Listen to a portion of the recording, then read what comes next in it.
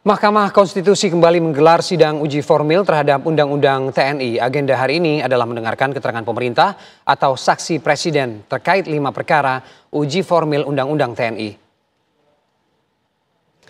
Saksi pemerintah atau yang disebut sebagai saksi presiden dihadiri oleh Wakil Menteri Hukum serta Wakil Menteri Pertahanan bersama jajaran.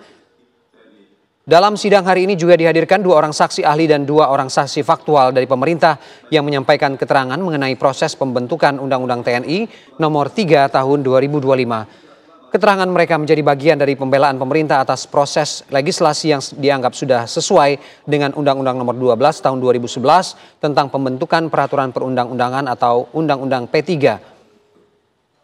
Gugatan terhadap Undang-Undang TNI ini diajukan oleh berbagai kampus dan koalisi masyarakat sipil untuk reformasi sektor keamanan.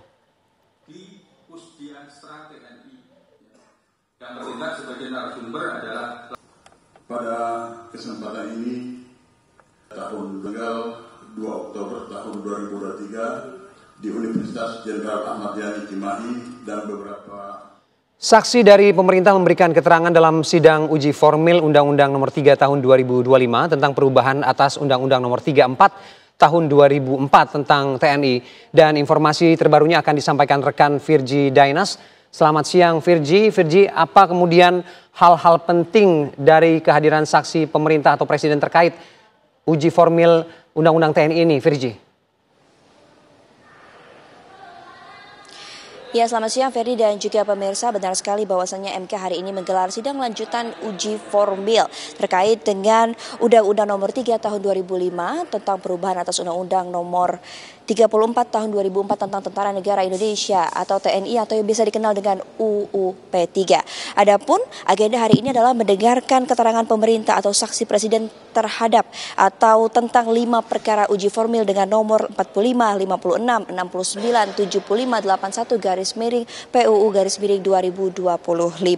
Adapun tadi pemohon ini terdiri dari sekitar 17 orang, terdiri dari mahasiswa hingga aktivis sipil, di mana ini terbagi menjadi 2, baik secara offline maupun online, dan juga untuk saksi pemerintah sendiri ini ada sekitar 8 orang yang hari ini hadir. Dan juga kalau jika kami rangkum, hal-hal yang penting dari para saksi ini masih sama, mereka ini menyampaikan seputar betapa pentingnya legitimasi hukum, lalu juga pentingnya keterbukaan, partisipasi publik, urgensi pengujian formil bukan hanya material, dan juga pembentukan undang-undang ini sejatinya menyangkut kepentingan hukum rakyat Indonesia, dan juga serta pendapat-pendapat lain yang disampaikan sekitar 40 menit hingga 1 jam lamanya. Dan juga adapun hakim tadi juga sempat menyampaikan atau menekankan bahwasannya sesi tanya jawab ini harusnya nanti bersifat bahwa fakta-fakta faktual bukan merupakan pendapat-pendapat saksi. Dan juga salah satu fokus baru dari MK sendiri terhadap sidang uji formil kali ini adalah untuk meminta risalah pembahasan DPR di salah satu hotel untuk cross-check keterangan para saksi yang hadir hari ini.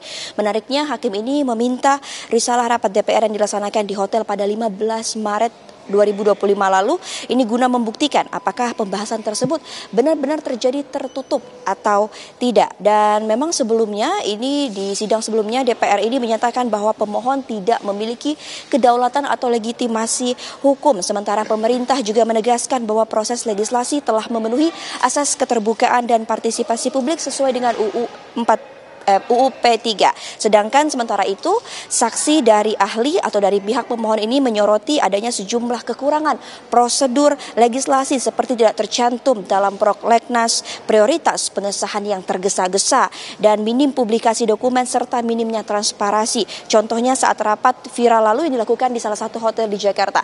Sejauh ini rapat sepertinya baru saja selesai, namun nanti kami akan mengupdate lebih lanjut apa kira-kira yang menjadi pembicaraan bagi saksi setelah rapat ini. Sekian, kembali ke Anda, Ferdi.